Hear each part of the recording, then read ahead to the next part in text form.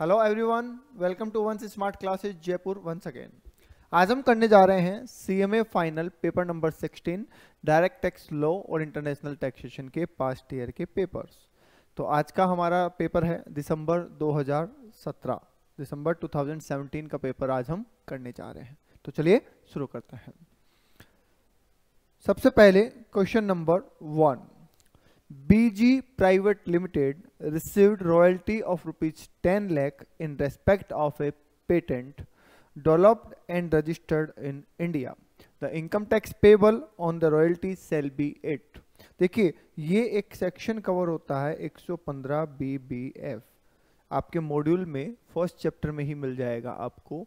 उसमें लिखा हुआ है कि अगर आपने कोई पेटेंट इंडिया में डेवलप किया है और इंडिया में उसको रजिस्टर किया है और उससे अगर आपको कोई रॉयल्टी इनकम होती है तो that will be charge tax at the rate 10%। उस पर 10% की रेट से चार्ज इनकम टैक्स चार्ज होगा। मतलब सस्ता कर दिया भाई, वैसे नॉर्मल इनकम में जाओगे तो 30% लगेगा कंपनी पे, ठीक है, तो यहाँ पे 10% की फिक्स रेट कर दी गई है। ओके, चलिए आगे देखते हैं question number 2। In the case of assessee who is covered under section 44 AD, मतलब कि presumptive, the amount of tax payable by way of advance tax shall be paid on or before। देखिए जो लोग 44 AD या 44 ADA में जाते हैं उनके लिए एडवांस टैक्स की लाइबिलिटी 4 इंस्टॉलमेंट में नहीं होती है, उनके लिए एक सिंगल इंस्टॉलमेंट होती है और वो भी 15 मार्च को, जिसमें उन्हें 100% टैक्स जमा करवाना होता है। ठीक है, तो यहाँ पे आ जाएगा 15th डे ऑफ मार्च, 15 मार्च को सिंगल इंस्टॉलमेंट होती है, राइट, उन लोगों के लिए जो 44 AD में जाते हैं। आगे चलते हैं sir, question number 3। When a motor car is acquired for rupees 12 lakh by Mr. Johnson on 1st November 2016 by availing the bank loan of rupees 10 lakh, for such acquisition the car dealer selling the motor car must collect tax at source। मतलब car पे TCS कितना लगेगा ये पूछना चाह रहे हैं। तो देखिए कार लोन लेके ली है, खुद के पैसे से लिए, उससे कोई फर्क नहीं पड़ता है। अगर 10 लाख से ज्यादा की, ठीक है, अगर 10 लाख से ज्यादा की कार परचेज की जाती है तो जो सेलर है वो आपसे 1% TCS चार्ज करता है। तो यहाँ पे हमारा जवाब हो जाएगा सर 12 लाख की गाड़ी है तो 12 लाख का 1% 12,000, तो 12,000 at the rate 1% of entire sale price, क्योंकि उसको तो सारा पैसा मिल गया ना, चाहे बैंक दे या आप दे। ठीक है, अब आप बैंक को चुकाते रहिएगा। ओके, चलिए क्वेश्चन नंबर 4 देखते हैं। When मिस्टर अरुण, जिनकी उम्र 50 साल है, उन्हें बिजनेस लॉस है 15 लाख का। अब अनएक्सप्लेन्ड कैश क्रेडिट हुई उनको 20 लाख रुपए की, ये सेक्शन 68 में कवर होती है। ठीक है, the total tax liability including cess would be, तो ये क्वेश्चन अमेंड हो चुका है।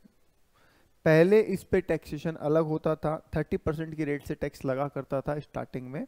उसके बाद में 2016 में क्या हुआ, जब नोटबंदी हुई ना, डीमोनेटाइजेशन हुआ, एट दैट टाइम बहुत बड़ा इसमें चेंज किया गया। ठीक है, डीमोनेटाइजेशन के टाइम पे क्या हुआ कि बहुत बड़ा इसमें चेंज किया गया अनएक्सप्लेन्ड कैश क्रेडिट में, और इसको एकदम हायर रेट से टैक्सेबल किया गया। किस रेट से? 60% tax plus 25% surcharge plus 4% HEC, इस रेट से किया गया। इफेक्टिव निकालेंगे तो ऐसा सीधा नहीं जोड़ देना, गड़बड़ हो जाएगा। 60% का 25% सरचार्ज, ठीक है, तो कितना आ जाएगा सर ये 15%, तो हो जाएगा 75%। अब 75% का 4% HEC, ठीक है, तो टोटल करेंगे तो ये आ जाएगा 78%। ठीक है, कितना आ जाएगा 78, कर लेते हैं एक बार। 60% ऐसे करिएगा आप, 60 plus 25%, 60 plus 25% plus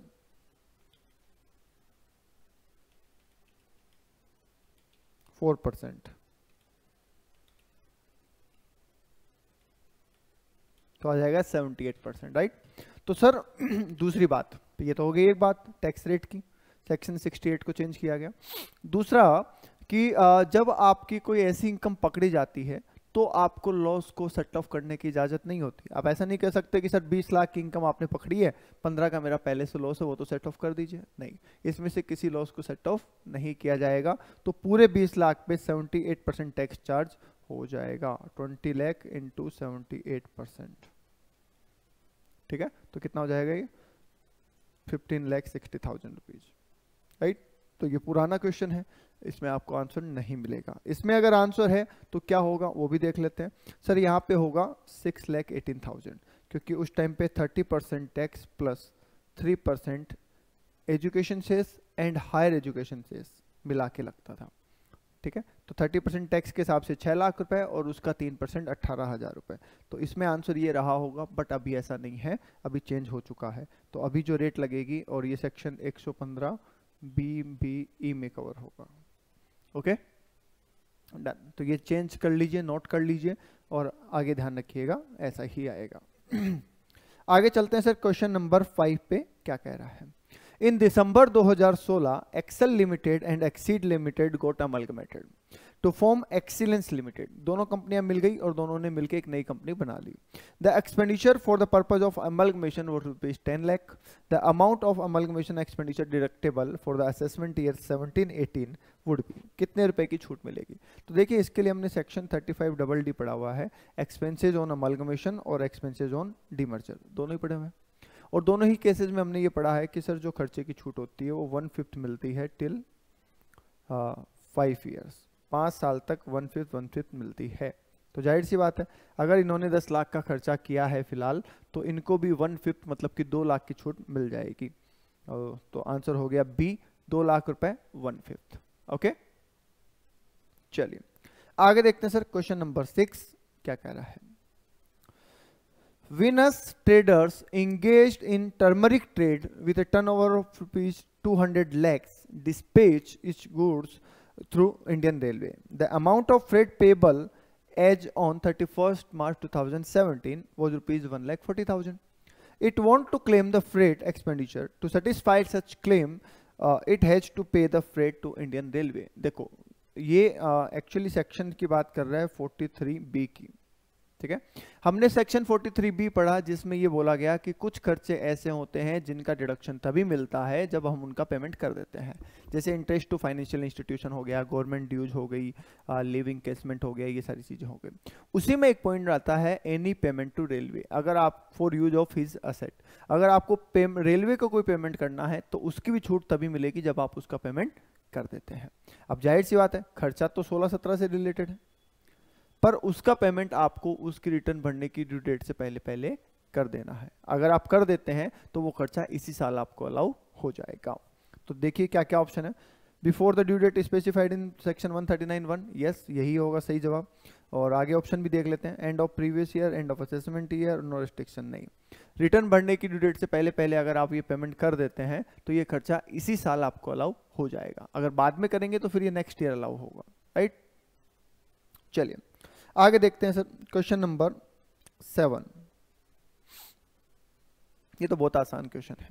A capital asset being shares in private company, क्या है शेयर्स इन प्राइवेट कंपनी का मतलब हो गया unlisted shares, held for more than months shall be treated as long term capital asset. मतलब अनलिस्टेड शेयर्स के लिए कितने टाइम का पीरियड देखते हैं ताकि वो लॉन्ग टर्म कैपिटल असेट हो जाए। तो आंसर इज 24 मंथ्स। लिस्टेड के लिए 12 महीने, अनलिस्टेड के लिए 24 महीने, ठीक है। चलिए आगे देखते हैं सर, नेक्स्ट क्या कह रहा है सुनिए। When wife Lakshmi being legal heir of Uday Kumar receive 10 lakh from the NPS trust referred in section 80CCD, the amount of receipt chargeable to tax is. देखिए जब हम NPS से पैसा विड्रॉ करते हैं ना, तो इसके कई सारे डिडक्शंस दे रखे हैं सेक्शन 10 के हिसाब से, ठीक है। मतलब एग्जम्पशन दे रखी है। तो वहां पे क्या बोला गया है कि जैसे आप क्लोजर पे निकालते हैं तो 40% एग्जम्पशन है, आप पहले ही निकाल लेते हैं तो जितना आपका कंट्रीब्यूशन है उसका 25% एग्जम्पशन है। बट अगर डेथ पे लीगल हेयर पैसा विड्रॉ करता है तो इट्स टोटली एग्जम्प्टेड। तो मिस जो वाइफ है मिस लक्ष्मी, उनके हाथ में कोई भी टैक्स नहीं लगेगा, ठीक है, क्योंकि इसको इनकम ही नहीं माना गया है। यहाँ पे इनकम ही नहीं माना गया है, इसलिए इस पर कोई टैक्स चार्ज नहीं होगा। डन। आगे आ जाइए sir. Question number 9। In the case of non-government employee, the monetary limit for exemption in respect of leave salary at the time of retirement. ओहो, बहुत आसान है। लीव इंकेसमेंट का क्वेश्चन है और ये पूछा गया है कि लीव इंकेसमेंट में जब आप नॉन गवर्नमेंट एम्प्लॉय की कैलकुलेशन कर रहे होते हैं तो मैक्सिमम अमाउंट कितना लेते हैं? 3 लाख रुपए। बताओ, इस साल तो बहुत ही इजी पेपर आया था, जिन्होंने इस साल दिया होगा उनके लिए तो बहुत आसान हो गया, बहुत इजी पेपर है। ठीक है, तो लीव इंकेसमेंट के लिए सर एग्जाम्शन कितनी है? Monetary limit of exemption 3 lakh रुपए। हम लिखते हैं ना actual amount, 10 month salary, average salary, unused leaves और ₹3 लाख। तो ये वो पूछ रहा है ₹3 लाख, राइट। चलिए लास्ट क्वेश्चन देखते हैं क्या है। Failure penalty for failure to furnish statement of financial transaction. ये अच्छा क्वेश्चन है और ये भी अमेंडेड है। ठीक है, ये भी अमेंडेड है, तो यहाँ पे आपका आंसर सही नहीं मिलेगा। ये अमेंड हो गया था फाइनेंस एक्ट 2018 में। ठीक है, फाइनेंस एक्ट 2018 से पहले यहाँ पे जो पेनल्टी थी ना वो थी 100 rupees per day. 100 rupees per day, अगर आप ड्यू डेट तक जमा नहीं करवाते तो उसके बाद 100 रुपीज पर डे रखते हैं। मान लीजिए आपको उसके पास नोटिस मिला, आपने जमा नहीं करवाया, नोटिस मिला, नोटिस में कुछ टाइम दिया गया, उस टाइम में भी आपने रिपोर्ट फाइल नहीं करी, तो फिर लगने लग जाती थी 500 रुपए पर डे। ठीक है, ये ओल्ड प्रोविजन था, 2018 तक का प्रोविजन था। तो ठीक है, उसके बाद में क्या किया गया, न्यू प्रोविजन आया फाइनेंस एक्ट 2018 से, और उसमें बढ़ा के इस 100 रुपए का तो कितना कर दिया, 500 रुपए पर डे, कि आप ड्यू डेट के बाद अगर भरे तो 500 रुपए पर डे की पेनल्टी दीजिए।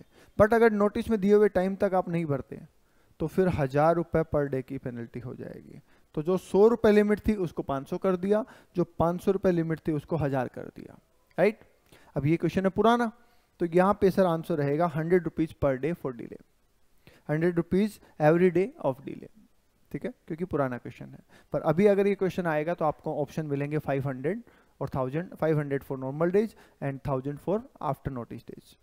ओके, चलिए, आई होप आप सभी को इसका बेनिफिट मिला होगा। ये होता है स्पेसिफाइड फाइनेंशियल ट्रांजैक्शन के लिए। ठीक है, जो इंपॉर्टेंट ट्रांजैक्शन होता है उनको रिपोर्ट करने के लिए, राइट। चलिए, आई होप आपको इसका फायदा मिला होगा। अगर अच्छा है तो ऐसा लगा है आपको कि फ़ायदा मिला है तो लाइक, शेयर और सब्सक्राइब कर दीजिए, और कमेंट जरूर करें वीडियो पे, ताकि हमें पता चलता रहे कि आप वीडियो देख रहे हैं और आपको वीडियो कैसा लग रहा है। और चैनल सब्सक्राइब नहीं किया है तो कर लीजिए, अपने दोस्तों से भी करवाइए। आज के लिए इतना ही, फिर मिलेंगे। Thank you.